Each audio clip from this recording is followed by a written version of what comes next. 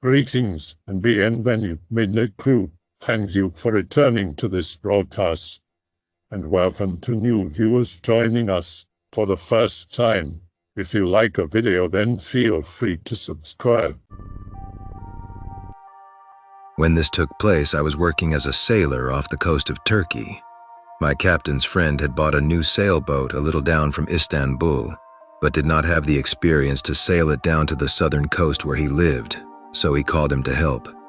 The ship was a beaut, built to last, with the only flaw being the damn bilge water pumps which never worked, and I had to clean with a sponge through my time in the boat. Some genuine Cuban cigars left over from the previous owner I found in a cupboard on the boat made up for it though. Since the new owner was providing plenty of alcohol and it was a nice summer, we were going to go Cove from Cove sailing, taking our time and savoring the Aegean. The first few days were almost idyllic. Some mishaps happened, of course. The boat's propeller had to be replaced due to a malfunction in the middle of the sea, and I had to serve as a live bait for an overly curious dolphin, so it did not bother the captain while he was under the water trying to fix it. Later on, another group of dolphins raced with us, almost giving us a show.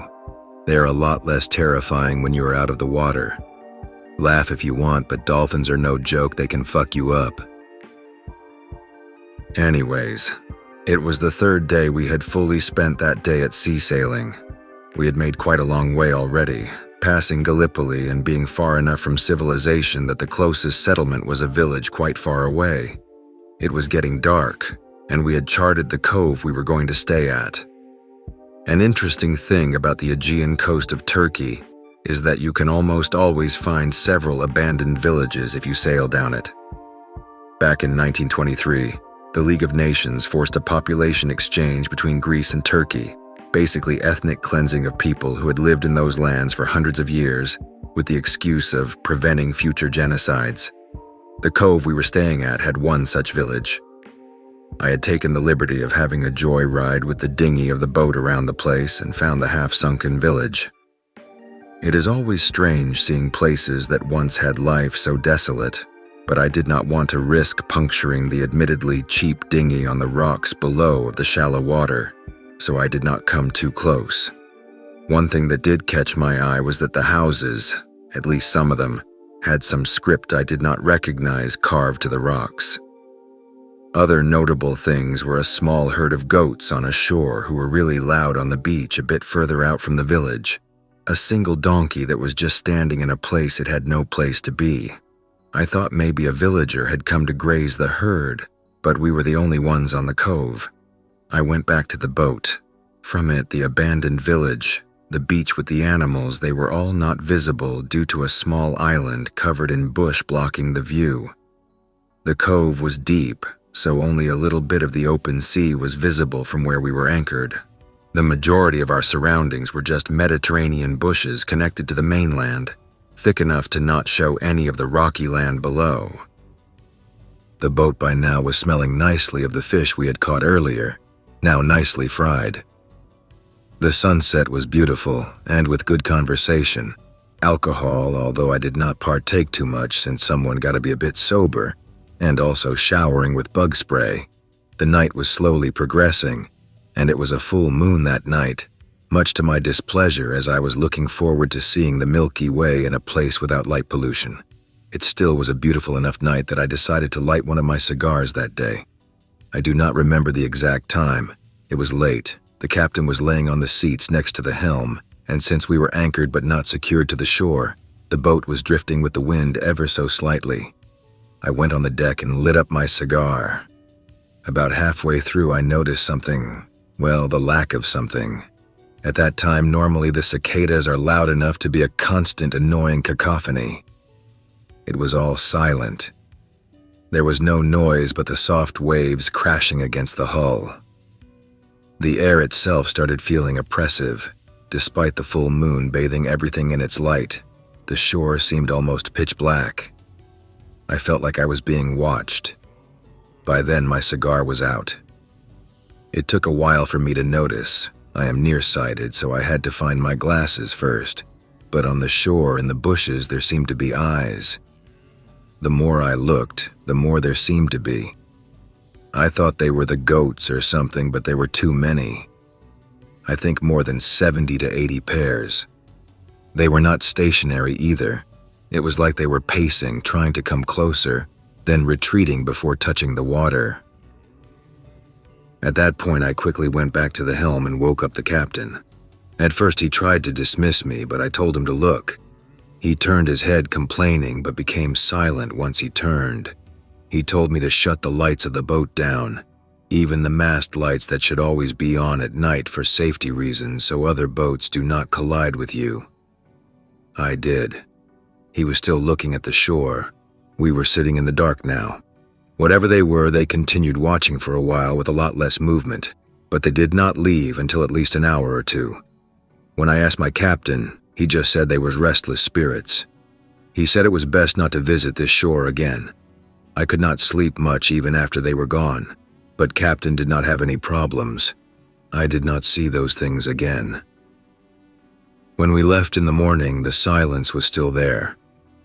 Frankly, I still do not know what to make of it. I hope the animals on the shore were fine.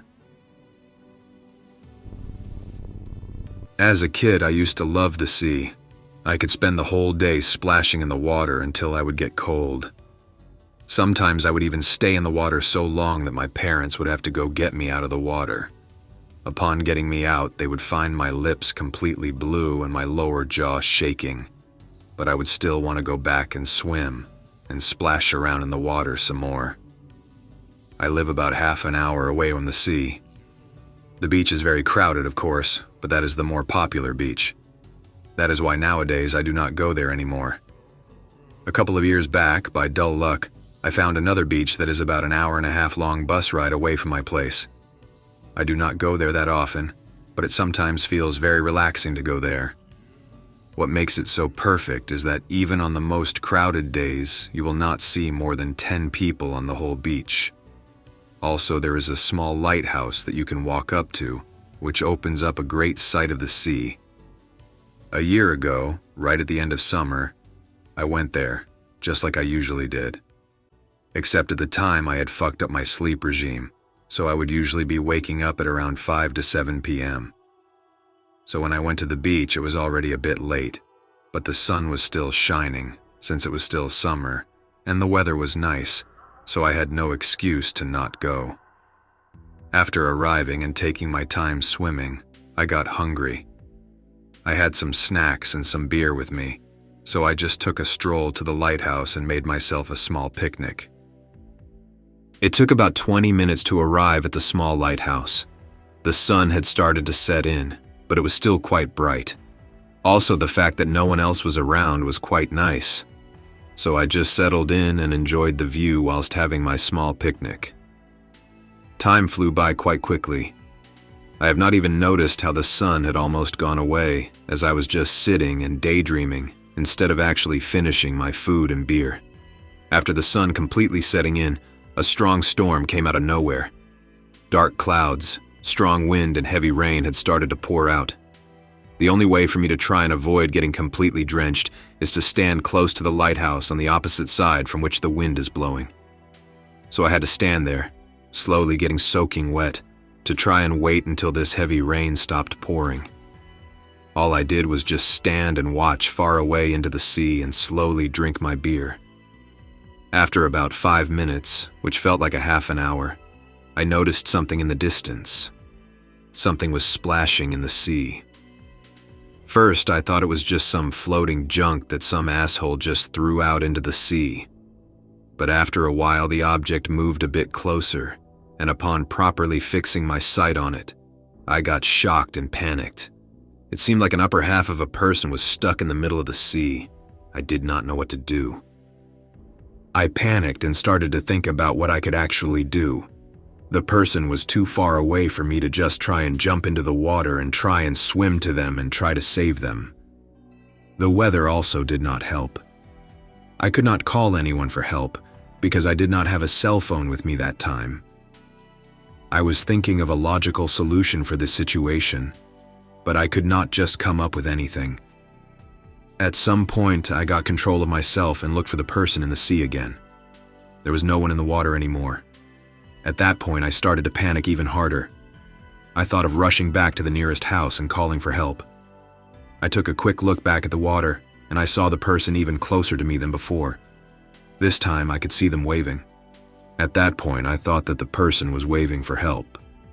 At that point, I was convinced that I should run back to the nearest house or nearest person I could find and ask them for help. But as I was about to take a few steps backwards, I started to hear a sweet melody in my ears which momentarily calmed me down. All of a sudden, all worries left my mind, and my body felt as if it was floating.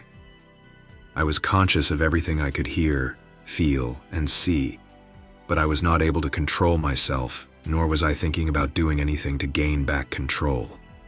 All I did was just stand there, soaking in the rain, listening to a very sweet melody that a female voice was humming. Slowly, my body turned around on its own. Once again, I was facing the sea.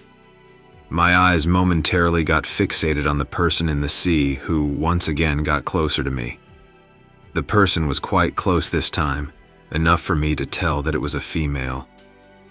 I have no idea why, but all of a sudden my heart felt strange, as if I had suddenly fallen in love, as if I had found happiness in my life. The female was waving at me, as if calling me closer to her. Strangely enough, my body and my mind wanted to just go straight to her. So I started walking, whilst listening to that sweet, sweet humming melody that female was humming for me. The female also was moving towards me, little by little. Upon her coming closer, I started to notice smaller details. Her face was very pale, and her arms were quite slim. She was very mesmerizing, so much that I could not look away from her for one moment. At some point, I felt my heart starting to race like crazy. She had completely enraptured me. All I could do was slowly move towards her and listen to her humming melody. But as fate had it for me, I had slipped, and I had fallen very hard against the rocky pavement. So hard that I even got knocked out for a little bit. After waking up, the first thing I noticed was that the weather had started to calm down. Then I remembered why I was in such a position, so I quickly lifted myself up and started to look into the sea. There was nobody there. Upon looking around and confirming that there was no one in the water, I started to realize that I had gotten quite wet and was starting to feel really cold. So I hurriedly started to walk back to the bus stop and then went back home. After arriving home, except for the headache and the obvious cold that I had gotten, I started to feel an uneasiness in my chest, which afterwards started to feel like pain, also accompanied by weird dreams and hallucinations. Sometimes I would go to that beach even in winter, without even noticing it myself, as if I was just sleepwalking there and then suddenly waking up halfway there. And even though I feel a bit uneasy every time I catch myself going there unconsciously, I feel very relaxed and at ease every time when I arrive there, as if someone is waiting there for me. My childhood spectre. Mother. Be a toddler in an old council house in Seacroft, Leeds, UK. I would sleepwalk a lot. Used to see a woman in an old dress and a long tube-like head. Would beckon to me, one finger, trying to get me to follow her. She would never speak. Used to call her Mother. Or maybe that is the name I gave it because without fail, I would end up screaming and crying for my mum before the end of wherever she wanted me to go. Except I was a toddler in a poor family, so mother was not a word I should have used. Used to wake up to it in my bedroom and hide under covers at the end of the hallway when going to the toilet. One of the last times, I was halfway down the stairs to the ground floor, and she was at the bottom of the stairs, by the front door. Almost like she was trying to lure me outside. Only as an adult did I realize her long tube head was actually a long beheaded neck. Only in the last decade has my mum told me that before I was even born, my extremely down-to-earth dad would have panic attacks where he would hide under the blankets because she was here and stood by the bed. Mum could never see anything, never has been able to. It was not just this house. She used to follow me to my grand's house and do the same, a few miles away. I hated the spare bedrooms in that house even more than my own as I got older. They always felt off. My mum had a nervous breakdown and terrible night terrors in those rooms also. Seacroft remained largely unchanged for centuries as a small Yorkshire village, until in the 1950s, the area was developed into Leeds' largest council estate. Image related likely one of the houses. I have managed over the years to find a few scattered stories across the UK about ghost women trying to lure young children before they hit a certain age, which fit. I also looked into the history of the area, and aside from a bloody battle before classical dress, I could not dig up much. I am hoping /x/ might have sources or experiences that might help me dig up more on this. I have never been able to find much on this, and it cannot have just been me, and from the vague stories I recall finding it was not. I thought here I might actually get some leads, as I would occasionally looked in the past, but it always makes me feel vaguely uncomfortable. I think in the end, I was told to tell her to go away, and it worked, aside from a few rare and distant, as in she would stand further away. And there is always this tiny fear that to dig too deep would be like an invitation. It is tough due to how young I was. What I green-texted is pretty much the solid details that stuck with me. My dad and mum had divorced by the time I started seeing it, and my mum used to take sleeping pills due to said issues that started while she was sleeping in the other house. I actually have to wonder if whatever it was followed from my grandmother's house, as those bedrooms creeped the hell out of me into adolescence, and we sold the house after my granddad died. In fact, I just remembered. Mum and Gran did a Ouija board in that house and creeped out as shit. Imagine that was the opening. The only other details I can give is, up until recently, as in the last 10 years, to add on is that like my dad was, I seem to be sensitive to this sort of thing. My mum had a period as a Wiccan, in my mid-teens and long after the OP, and the shit I experienced not only turned me agnostic, eventually convinced me that if there are demons that react to the holy, that means the big G is real too. Shadows dancing on the edge of the perception, the intense feeling of being stared at by something not too friendly behind you as you sit on the computer, animals going nuts and feels of dread. These are things I experienced as a teen, and the last experience that is worth a mention. Be 15 or so, and living in North Yorkshire in the UK, Mum loves the outdoors, and at the time was a Wiccan. We decided to go on a nature walk, a nice deep wood that curves around an old train yard, iron-rich red stream near the start, beautiful summer's day with the birds singing. Get around 10 minutes in, if that, following an older couple. Straight, well-trod path, deep drop on one side, harsh and noisy climb the other. Talking and look away from the trail. Suddenly, chills. Birds have gone silent. Sudden, almost overwhelming feeling of dread, and instinctually, we go back to back, and I have my hiking stick raised defensively. The couple is missing. Only looked away for less than half a minute, and can see a path ahead for a quarter mile, and no sign of them. We do not say a word, just look at each other, and we start making our way back down the trail the way we came, keeping an eye on each other's backs and blind spots. Around the area of the stream, we starting hearing birds again, and the instinctual terror lifts. That particular experience is etched into my brain. And, almost as bad, walking with a friend, twilight, early winter, the outskirts of an old town.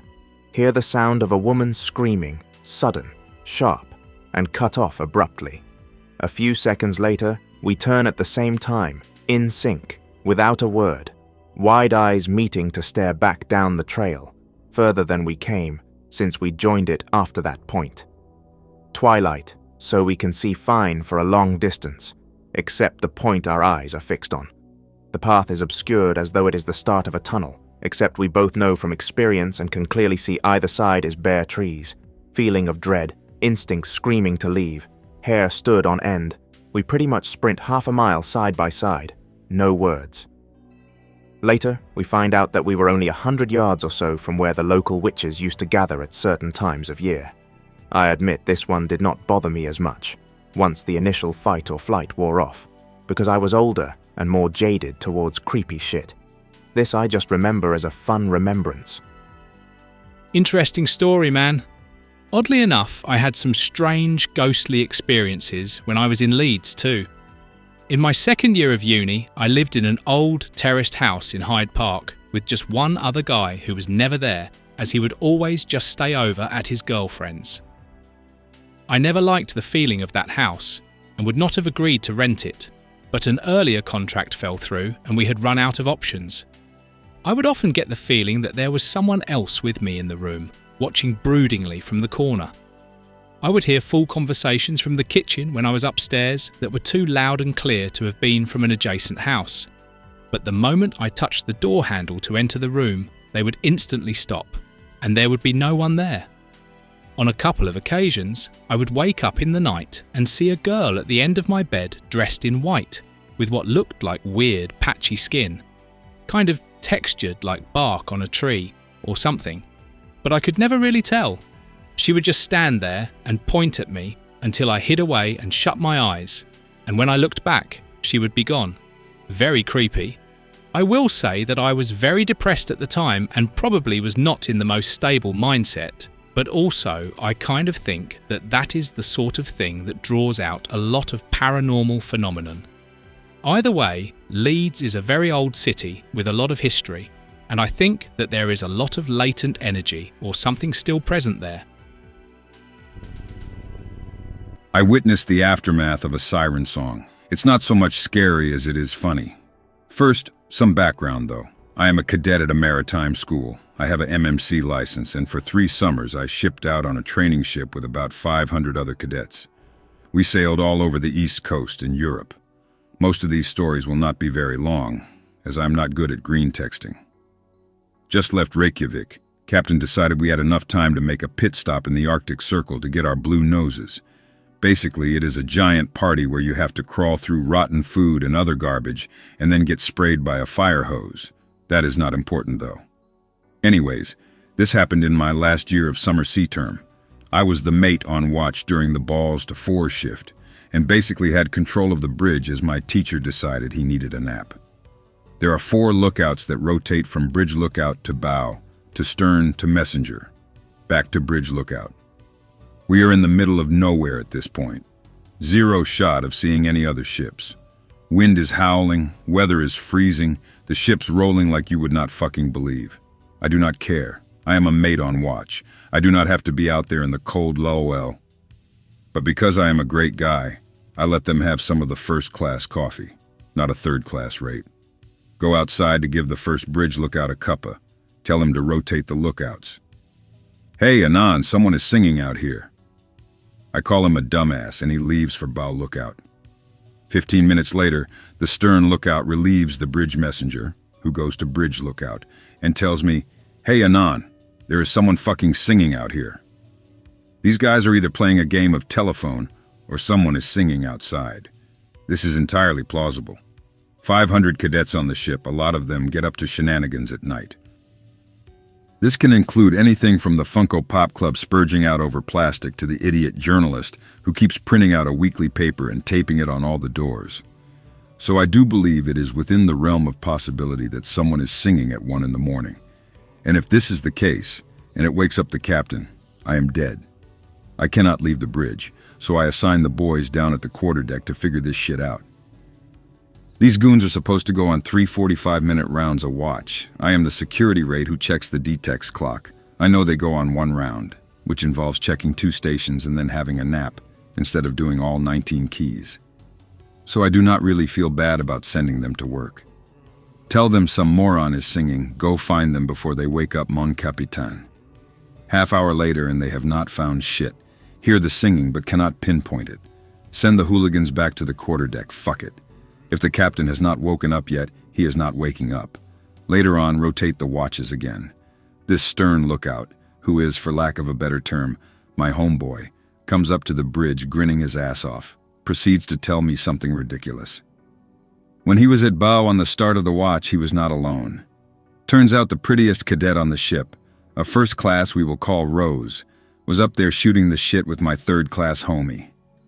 Anyways, supposedly Rose had been making moves on Lil Danny. Nothing physical was going on, but she kept asking him if he wanted to ditch watch, big trouble, and go with her. Just as he was about to consider blowing off watch, which would make him fail cruise, he had been relieved by that original lookout I had sent out. She dips, and he heads to stern lookout.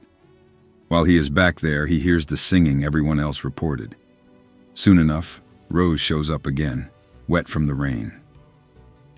For whatever reason, she wants this guy. At this point, they start making out, and she keeps begging him to go with her. Again, just as DeVito is about to give in, he is interrupted by the quarterdeck hooligans I had sent out. They are bug-eyed at seeing DeVito, who looks like an 18-year-old boy fused with Danny DeVito, locking lips with Rose. But loose lips sink ships, and the bozos leave without reporting to me that my lookout is about to leave his duty in the middle of the Arctic Circle. Yeah, who needs a lookout, right guys? Guess I will just fuck myself when we hit a northern right whale and I go to jail for 20 years. Looks like Rose does not like company because she decided to slip off again, even though the quarterdeckers are already leaving. Gives DeVito a kiss and says she will be waiting for him back at the bow.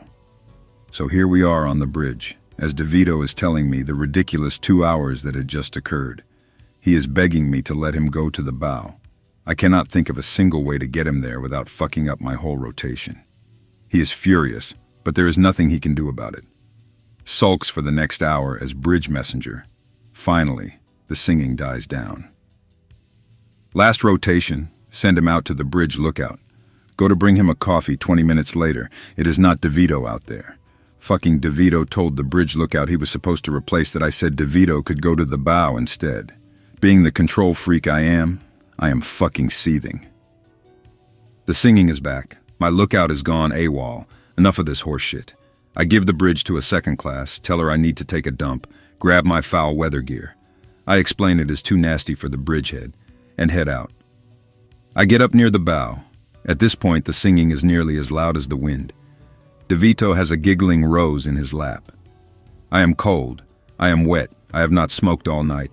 I do not care at this point. I am giving DeVito a piece of my mind. Why must you keep interrupting them? Says a voice from right behind me. I yelp, spin around, and smash my flashlight into a woman's face. It is another cute cadet I know. She shrieks, and it does not quite sound like a noise that would come out of the mouth of a 19-year-old girl. I try to apologize. She curses me out and makes a run for the bow. Rose looks up, sees her bleeding friend, and shoots out of DeVito's lap. She hisses, actually hisses at me, and storms off with her friend, probably to sickbay or whatever.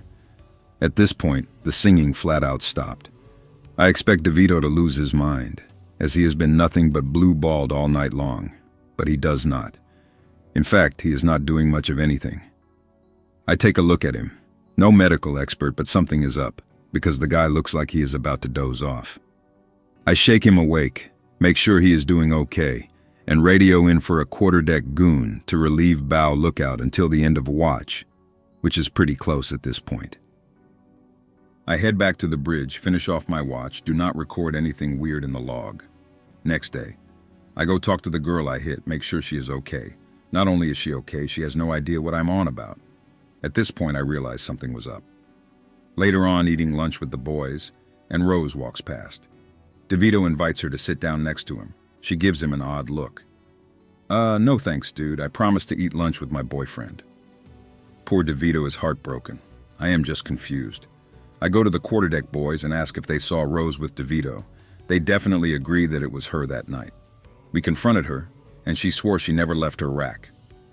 I have no idea what happened. It was either a siren or a really weird prank. If it was a siren, I think I found out why it's bad luck to have women on ships. 4 years ago, I went to the beach. I hate the beach, can't swim. But it was a birthday party for a friend. My friend has a sister, Melissa. She's the typical hot older chick. I have a huge crush on her. Why aren't you swimming anon? Friend pipes in. He can't swim! Fuck you, bro. Melissa's eyes light up and she says she'll teach me. I try to casually decline, but she insists, and I don't want to look like a wuss. Then she grabs my hand and says, "Come on." She leads me out into the water. Well, can't refuse now. I momentarily forget I can't swim. She's holding me kinda close, still smiling at me as she leads me farther and farther out. She thinks all I need is to get out there and I'll naturally start swimming. She doesn't know that as a little kid I nearly drowned to death when my cousin was supposed to be watching me. I'm traumatized by the fucking water. As soon as we're neck deep, I kinda snap back to reality. My head is suddenly on a swivel. I'm rubbernecking from the shoreline that's disappearing on one side to the ocean stretching out endlessly on the other. I begin to scream. Melissa's eyes go wide as I start flailing and twisting and slapping at the water, screaming the whole time. Her voice is shaking as she tries to tell me it's okay. But I pull her towards me and begin climbing on top of her. I just want to feel something under my legs. I'm forcing her head underwater as I do this. The shore looks so fucking far away. I feel like the ocean is pulling me into its jaws. Melissa manages to get out from under me and coughs up water as she pops her head back over the waves. I'm still grabbing at her, pulling her. There's panic in her eyes. She breaks free from my grasp and starts swimming away, yelling, "Help! He's drowning!" I'm struggling, watching her swim away from me. I realize I'm going to die here. I slip under the waves, still struggling. No matter how hard I try, I can't get my head above water. The ocean pulls me down deeper and deeper, but then I feel a hand grab mine. 5 long, soft fingers. They feel boneless, but they grip me tight. Then I feel myself shooting forward until my hands and knees hit the sand. I lift my head above water. I'm on the shore. Coughing and gasping for breath, I crawl away from the waves. I don't stop until I'm on dry sand. Then I collapsed. I hear voices to my right, screaming and shouting my name. Friend comes up with tears in his eyes and asks if I'm okay. I told him I thought I was dead. He said they all watched as I slipped under the water and disappeared. Then 10 seconds later, I was crawling onto dry land 50 feet up the beach. I don't know exactly how far out I was, but they said the way I just appeared on the shore so quickly after sinking underwater was surreal. I hope that you enjoyed tonight's broadcast. If you enjoyed tonight's story, then please subscribe to the channel as more Greentext will appear daily. A new broadcast will appear when the clock strikes midnight Central Time.